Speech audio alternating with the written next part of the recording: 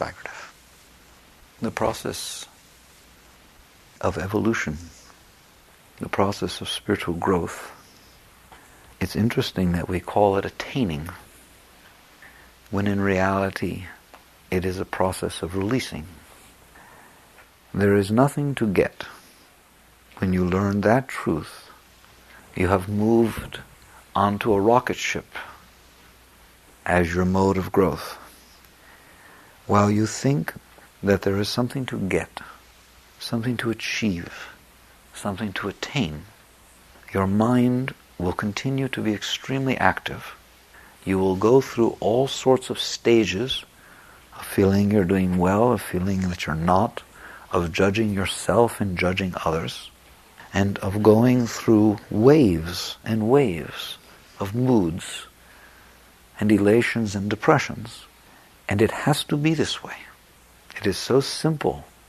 While you create duality, while you sit there and say, this is what there is to get, the minute you do that about anything, you then will separate yourself, your thoughts, and everything around you into that which is giving me what there is to get, and that which is obscuring my ability to get what there is to get. And no matter how great you are, no matter how much you discipline your mind, you don't stand a chance of that not happening. It is as though you're sitting there pedaling on a bike as hard as you want, and it's trying to move forward, and you do everything you can to keep it from moving forward, and you wish it would stop trying to move forward, but you keep pedaling as hard as you can. As long as you are pedaling as hard as you can, it is going to try and move forward. You may put in front of it whatever you want. You can do anything you want. But as long as you are creating the underlying force that will cause it to do this, then you will have to be setting up an opposing force that will stop it from doing it. And the best you can do is create that type of neutrality, which is tension. Is it doesn't move because you're pushing this way, and both forces must be asserted by you. You have to assert all the Shakti to pedal, and now you have to assert all of the resistance to keep it from moving, and you're trying to see how well you're doing. You have no idea what freedom is. You will never attain freedom that way. You can't possibly. How could you? All that you can do is have defined that what's supposed to happen is I'm not supposed to move forward. You heard that somewhere. And you didn't catch on that the only reason the bike was even trying to move is because you were applying the force. And what the master was talking about was stop applying the force. Stop putting it out of equilibrium by pedaling, but you couldn't hear that because you're so used to pedaling that you think it's your being. You wouldn't know how not to pedal, period. That's not even a conceivable concept that we would not be pedaling. So that your only way of conceiving of stopping the forward movement is to constantly be using your force to keep the bike from moving forward. My God, I hope you see that. That is what happens inside of you if you create this duality of thinking that there is something to get. And I don't care what it is you think there is to get. I don't care if it's worldly. I don't care if it's relationship, emotional. I don't care if it's spiritual. Anything that you are thinking inside yourself that you are supposed to be getting creates doership. It creates a sense of ego, a sense of separateness. If I feel that I'm supposed to get something, immediately I have to be thinking about how to get it. And now if I'm thinking about how to get it, and then what I decided was supposed to get is a quiet mind, I'm doing exactly the bike.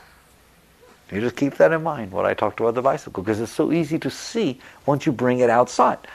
So you are now the one that's making the mind go from underneath because you think there's something to get, and now you're going to sit there and stop it from talking. It'll never stop.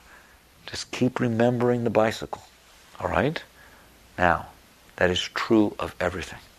That is true of everything. I could wrap it through with everything. Your relationships, as long as you think that what you are supposed to be getting is a perfect relationship, you are going to be grabbing. You are going to be manipulating. You have to manipulate. Why? Because you have defined what you want. I know how you're supposed to behave. How do you know? I know because this is what it's all about. It's supposed to be like this. All right? And I will have to grab, I will have to manipulate. Do you see that? How could I possibly not do that? Because I already know how it's supposed to be. God, at some point, what I'm trying to do is just use dynamite, because we all sit in these places and we don't know it. And they look right, and they look natural, and they look good. And as long as what it is, we think what purity is to decide what you're supposed to get is purity.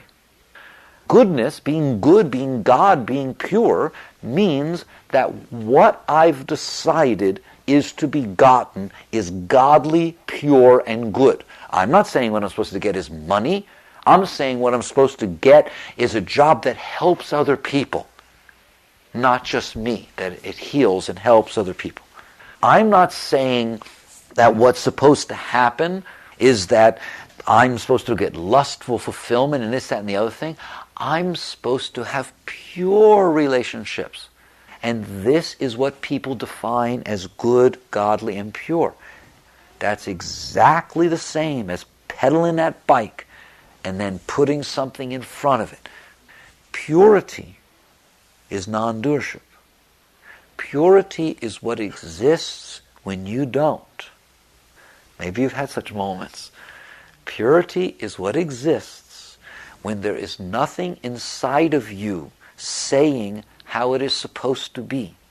You have not come into the situation with any preconceived notions or concepts or beliefs or hopes or dreams or preferences. Very rare that we could come into such a situation such a way, but some situations, so miraculously, we end up not wanting anything from him. We're just there. All right? You want to know what? You're pure. That's what purity means. You have nothing going in that situation. You will be able to let truth flow through you in that situation. Why? Because you're not there. It's the innocence of a child. When the child walks into the situation, they don't know what's supposed to happen. It's not like this. There's nothing going on. They are in a pure, open, innocent state. That is the state of spirituality. But you can't have that while you think there is something to get, anything. Because the being who thinks there's something to get is the ego.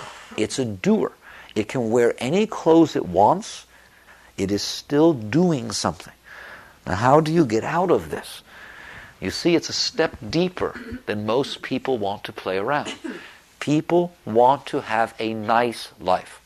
They want to continue feeling that they know what is supposed to happen, and they want to work for that. And if they get closer to it, they want to feel a sense of gratification and upliftment. And if they feel that they're not getting it, they will have to experience a depression, a letdownness. And they want to use that fear of the letdownness, of the depression. They want to avoid that so badly that they want that to be the inspiration to push them harder so that they succeed in the goal that they set for themselves. That's the pedaling. You are in there constantly pedaling, and then trying to find peace, and then trying to find harmony. In that relationship we just talked about, you're the doer. There is no relationship at that state. There is no relationship at the state that you have decided you want a relationship. There isn't. Because you have decided what you want. And when you have decided what you want, you are only having a relationship with yourself. You can't go out there and try to find a person that is the reflection of what you want. The only thing that's the reflection of what you want is your ego. It is the one that decided what he or she should look like, how he or she should act. Do you realize that when it's said and done, what you are looking for, that's a form of doership, what you are looking for could be put into a computer. If you told me every problem that you had, how your mother treated you, how your father treated you, what impressions were left upon you as you went through your life, what your fears are, what your hopes are, what your dreams are, what things uplifted you and what things bothered you, I could absolutely come out with a printout of what was like the complement of those impressions, and that's what you want.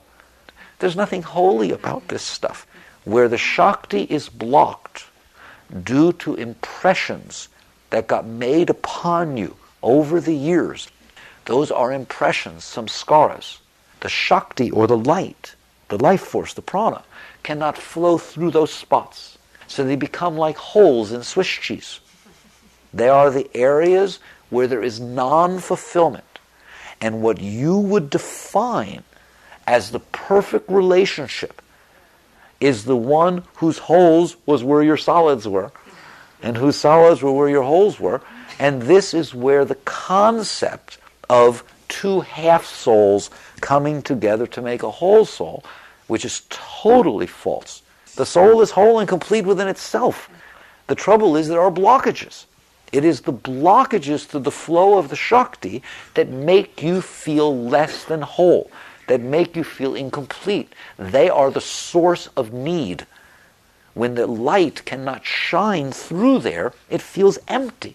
And so what you want is to find something outside that makes it not feel that way, to be able to plug it in, if you will, so that where you're missing, we discussed this before, that person, the Shakti, can flow out and back in, and it feel better. It feel like it flows better. How are you going to find such a person that's the exact complement of all your problems?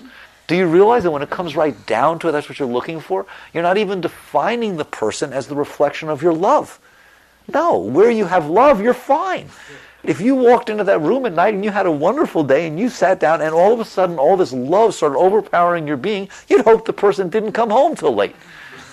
Because that's all you're trying to get from this person, is that when this person comes into the room and you're not feeling so hot, you're supposed to feel hot. It's supposed to be a very uplifting kind of an experience. And you define, you have this ideal that that is what a relationship is supposed to be. I wonder which of you would raise your hand if I said you found one of those and it lasted. There you are, pedaling your bike again and trying to put something in front of it.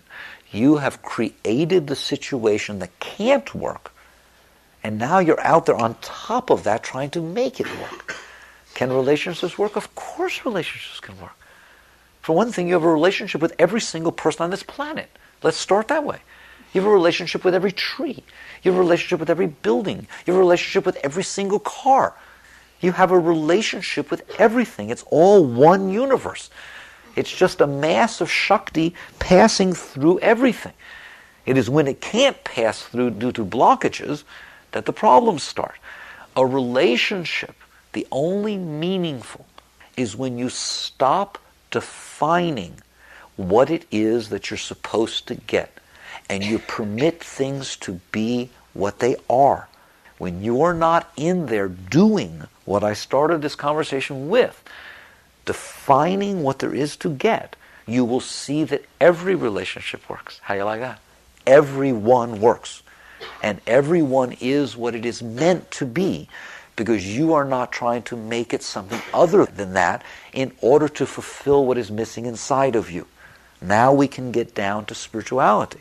Believe it or not, if you really want to grow spiritually, really, you have to let go of this grabbing. And it's hard. But you at least have to be willing to face it. You have to let go of the part of you that is in there from deep inside, trying to grab, manipulate, control, get something from outside so that you feel better about yourself inside. True spirituality starts when you look at that and you say, there's something wrong with me. Why am I grabbing? Why is there something so wrong inside that it feels like it has to manipulate and control and take from outside in order to be okay with itself? That's a very good question, isn't it? Because otherwise you're going to spend the rest of your life, that's the truth, you will spend the rest of your life grabbing, chasing, pulling, controlling. Why? So that you can try to be okay. That is exactly the dog chasing his tail. You are not okay. That's why you're grabbing. So how can grabbing make you okay? When the very force that you're going with and that you're dedicating your life to is not okay. That's what's running your life, the part of you that's not okay. How then can it create a life that's okay? The seeds that you throw out before you are what will blossom and come back, and that is the truth. And if what you're doing is dealing with the part of you that is afraid, that is insecure, that feels non-whole, that feels rejected, that feels incomplete, and you are taking that part of you and you are dedicating the entirety of your life to making the outside make that part feel better, do you want to know what's going to happen? The outside starts to look like the inside. You start to externalize your inner problems. And a person who's in front of you, or perhaps a relationship, a child, something, starts to look like you. And you don't like it. So all you have to do is start grabbing for somebody. No matter how much they love you, just grab a little and see what comes back. Nobody likes to be grabbed at. Oh, at first they do, because they want to feel like they're needed. But that kind of gets over quick when you got this constant grabbing going on. Therefore, your grabbing has made this person walk away from you. What does that make you do? Grab. What does it make you grabbing feel like? Worse. Why were you grabbing? Because you were afraid they would walk away. You will do that with everything. It will become the mirror of your inner state. And that's why I say, it's like you're creating the force that's making it not work, and then up here, in this conscious little person, the ego, is trying to make it work. What's the alternative? The alternative is so beautiful. The alternative is to notice that there's something wrong inside. It's not hard to notice that, is it? You've been in there quite a long time. All right? And if you want to see what I mean by wrong, let's define it as something coming up trying to take something from outside, trying to get something, trying to control something. It sure as heck does that, doesn't it? Fix it. Fix it. Let go of it. Work with it. Find out where it comes from. Find out why it is the way it is. Find out why it grabs. Put all of your energy into working with the part of you that's grabbing instead of putting all of your energy into satisfying the grabbing. In other words, turn the consciousness within. And that's what it means. And you will have that opportunity every single second of your life, won't you? Why? Because it grabs every minute. It is either grabbing, I swear to you, watch it. It is either grabbing to get, or it is trying to protect what it feels it already got. And therefore it's pushing away. It's either pushing away what it thinks will hit its problems, or it's pulling to it what it thinks will help it with its problems. It's not so hard to see, is it? Stop it. Stop it. But isn't that suppression? I suppose if you took me literally, that is suppression. Because you don't actually stop it. What you do is release it. And there's a big difference. All right? The first step of trying to stop it is in a sense a good one. It's fine. You're not going to make the whole jump at once. It's a ladder that you climb. It's a process that unfolds. If you have spent your whole life doing it, perhaps you will have to swing the pendulum the other way by not doing it to begin with. You will have to see it start to grab, slap its hand. Perhaps, if you can skip this step, all the more power to you. I hope you do. But just understand it. And you say, be still. You're not going to grab. What happens if you don't grab? You start seeing what it was inside of you that was uncomfortable, that was making you grab. If you see something go out there, all of a sudden your mind decides, maybe she's the one. So here it goes. It wants to grab. It wants to walk across the street and trip her or fall down or do something that makes her notice you. I don't know what the heck goes on in there. It's crazy. So instead, you don't do it. You keep walking. You keep walking, but your head wants to turn. And you keep walking. But it's like there's this magnetic force that is pulling you to not walk. Have you ever had that? Have you ever tried to oppose that energy and seen how powerful it is? What do? You keep walking anyways. And at some point it stops pulling and it settles back down and you go, oh my God, I almost went with that. It was nothing. It was my stuff. It was need. It was a blockage inside of me that for some reason got activated. The stimulus was such, and it activated this samskara. It activated this blockage. And the Shakti tried to flow through that in order to find a way around it. And normally I would just go with that, and I would get lost in that, and God knows how many years would go by before I wondered, how did I get here? You ever been there? What's going on? Bloop, back down. No. There's nothing to get. There is nothing to get. You are whole and complete within yourself. And the process is one of releasing, not one of finding, taking, getting, controlling, manipulating. So if you are willing to do that walk and walk by, you will see what it was inside of you that was causing the process to happen. And you will see that I'm just going to define it as a lacking, that it was a lacking, that it was an emptiness, a hollowness, that something was missing. And that's why you were looking to start with. And if you're looking, you're going to see. And this process will happen. What about if something happens that challenges you, that feels like it's attacking you? I'm not talking about physical things. Physical things, defend yourself. But these emotional things, these psychological things, they can't hurt you. You have no obligation to defend that. Let's look at it this way. Is it worth defending? Your body is worth defending. You should defend your body. It's a holy thing, was given to you. You should defend it reasonably. I mean, don't make that the purpose of your life, to defend your body. But if something actually takes place, you should defend properly. First of all, it's natural. If you were not there and nothing was going and something attacked you, you would defend. You would defend yourself. It will happen naturally. All right?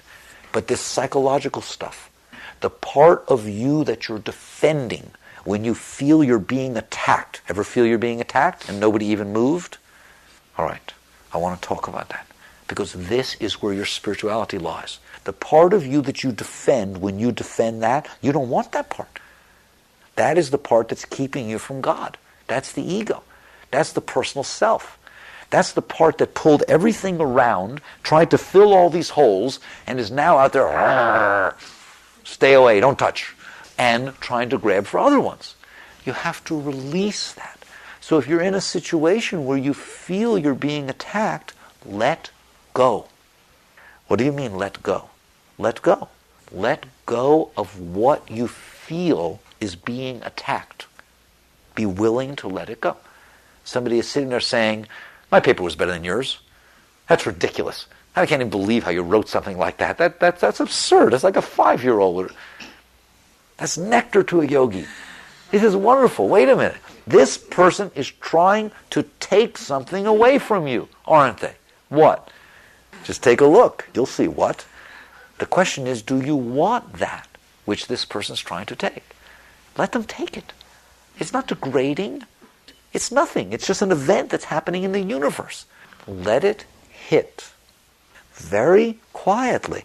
Take the part of you that feels like it's being attacked and offer it. Just offer it. Just let it go. And you will feel like something's being ripped out of you. Do you hear me? You will see why you so vehemently protected and defended with all of your might and effort, because it's as though there's something rooted in your heart and this thing is trying to pull it out. And it's almost like you're losing your sense of self just because of the paper, doesn't it? I mean, it feels like you're going to die if you don't convince this guy that this paper was good. Don't do it. Don't do it. Let it go. Go through that process of purification, of releasing that thing that is rooted in your heart. You can do it. I mean, there's nothing happening. Some guy's talking to you. Don't tell me you can't do it. The same way as you can walk on by when the heart's trying to pull you over there, when you're feeling that. If you do those two things, you will, from the bottom of your being, see what has driven your whole life. Your whole life has been driven by this attempt to protect what is missing inside of you, to either get or protect what you've already gotten. To grow spiritually, you have to release that part of you that has anything missing at all. And life becomes totally different. Instead of a process of getting, it is a process of releasing. And every single day you have that opportunity. Don't you? Don't you every day? And isn't it true that this is why you're afraid of life? People are afraid of life. They're afraid to wake up in the morning and go out there into the world. Why? Because somebody might attack them. Something might happen. They might lose something that they need, something they're resting on. Or they might want to get something and not be able to get it. You don't have to do that. You really don't. You can be free. How you like that? That's what freedom is. Freedom is when you're not doing that. When you're just basically saying, life will take from me that which I grabbed, let it go. Life will bring to me that which is needed for my growth, and that which I do not need will be removed from me. So what? It's okay. I think the more you look at it, the more you will see that the only problem is this pain stuff. The problem is that you're afraid of pain. This pain, psychological pain. You're afraid of what goes on in your heart. You're afraid of that feeling that goes on when you can't grab and cling, and when something is attacking and you feel like you're losing something psychologically. That creates a disturbance inside. I've seen this. I've seen this in myself. When people come and share with me, that's all they're really saying, isn't it? That they're afraid of this. It's almost like a given. If you go to any psychological center or therapy group or anything like that, it's almost as if it never even gets mentioned. The given is that I don't want that going on. I'm having trouble making it not go on. This particular stage of my life, I don't know what to do. Why? Because that's going on, and I don't want it. Or this person is doing something that will cause this to go on, and I don't know how to deal with this person. Teach me how to. But nobody, except the yogi, who wants nothing but God, who's willing to face any disturbance and just say, look, I want to know what's on the other side of that. I do not want to live my life as a beggar, running out there grabbing, pulling, manipulating my whole life because I'm afraid of what's inside of me. I would like to know what it would be like to go beyond that. That's the one who dares to say, I don't want to take that as a given. I don't want to take as a given that I don't want that pain. Period. If something can hurt, then something's wrong. It's not that the thing is wrong that made it hurt. If something can hurt inside, it is because there are some scars, there are blockages, there are disturbances in there. And you have a choice. You either spend your entire life making sure that they don't get hit, that you don't have to deal with those, or you spend your entire life letting go, releasing them, because they are not who you are. They are just rooted impressions, and if you let life do it, it will take them out, and they will be removed one by one from you. And nobody's asking you to do anything, nothing. You just have to be willing to let it happen. So there is nothing to get, but there's a lot to let go of. And you just have to change your consciousness. Be willing to go through these things. It won't hurt you. It's just that you're telling yourself it will, but it won't. The more you let go, the more the process will happen inside of you. So these are things to sit with. Sit down with yourself. You sit yourself down. You remember to do this. You ask yourself, do I have pain and fear of pain inside of me? Do I want to devote my life to the avoidance of that? Or am I willing, I don't have to go out of my way, I don't have to do it, but am I willing to let the hand of God do its work on me through the process of life? Am I willing to let this stuff go? Am I willing to devote my life to releasing this stuff instead of protecting this stuff? And you are then standing on the path of spirituality.